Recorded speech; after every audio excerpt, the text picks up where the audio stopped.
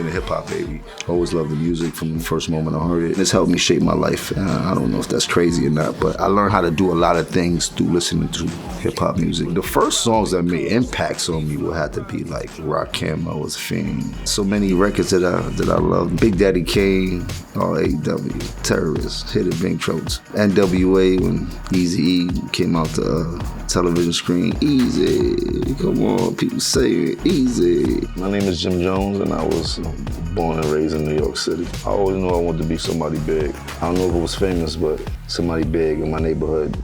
People that were big weren't necessarily famous. I always wanted to be a journalist when I was younger. I wanted to be like on Channel 4 and Channel 7, and I think I've kind of done that looking back at it. But yeah, journalist was one of the things I always wanted to do. I had dreams of playing basketball, but who did? The group of individuals that I grew up with were heavy into rapping, and that would be Cameron, Bloodshed, R.P. Bloodshed, Cam's cousin, Mace, Six Figure Digger, who was the producer and the DJ. Cam and Bloodshed grew up on the east side, and they were rapping at a pretty young age, 14, 15, along with playing basketball. But they were extremely dope at the rap. Remember paying Cam's cousin Bloodshed a quarter for him to do 16s. I'd probably give him $2 worth of quarters before the night is out, so he could spit different 16s and things like that. Being with them through high school and following Cam, playing basketball on his career and the music, and then there was Big L and that whole era, Herb McGruff. Cam was from Uptown and he started doing music with them, and then they went away to college, and then both Cam and Mace came back. They both got kicked out of school. I know Cam didn't really want his grandmother to know he got kicked out of school, so he kind of stayed at my house until they figured it out. Yo, this Mace, know what I'm saying? And they did pretty good for themselves. Mace ended up getting a deal. That was 97 and came back to Cam the Big House. That ended up turning into a deal for Cam in like 90. Mace was 96, Cam was 97. Cam put his first album out in 98. I was on his first album. All the girls see the look at his kicks. Mace taught me how to rhyme maybe like 95, 96 when they got kicked out of school. And I just stayed with it slowly but surely. But rapping wasn't my strong point. I knew I was very smart and creative, so I chose to do everything else but rapping at the time so I could stay in the loop.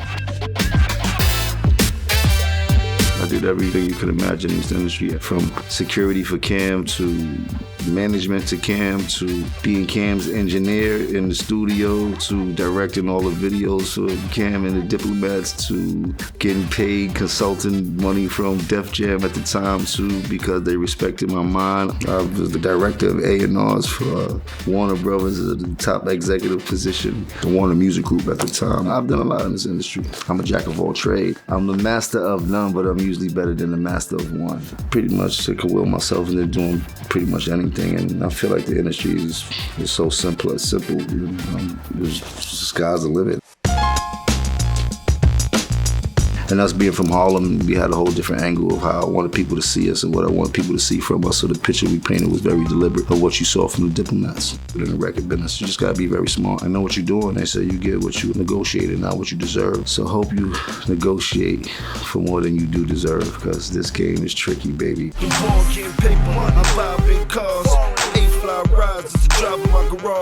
I'm not the best at it. I did a lot of things I wouldn't suggest nobody to do for me to hold my place in this game, because the business is shady and because a lot of times that these labels have the upper hand when you're trying to get into the game. I'm one of the lucky few to be able to do just that, take a deal in hopes of the industry accepting me be able to excel once I'm in the game. And I wouldn't suggest that for you to do, you know what I mean? Luck don't run that much. But I'm a hustler, I'm very smart, so I deliberately took a bad deal so I could get in the game, because I knew what I could do once I got in the game. I'm not like nobody else. I'm not saying I didn't negotiate the deal that I wanted. I negotiated to a place where I know I can make further moves despite this deal. And shit, I'm still in the midst of trying to fix certain deals and shit that I did, but I'm not bitter because I know where it took me.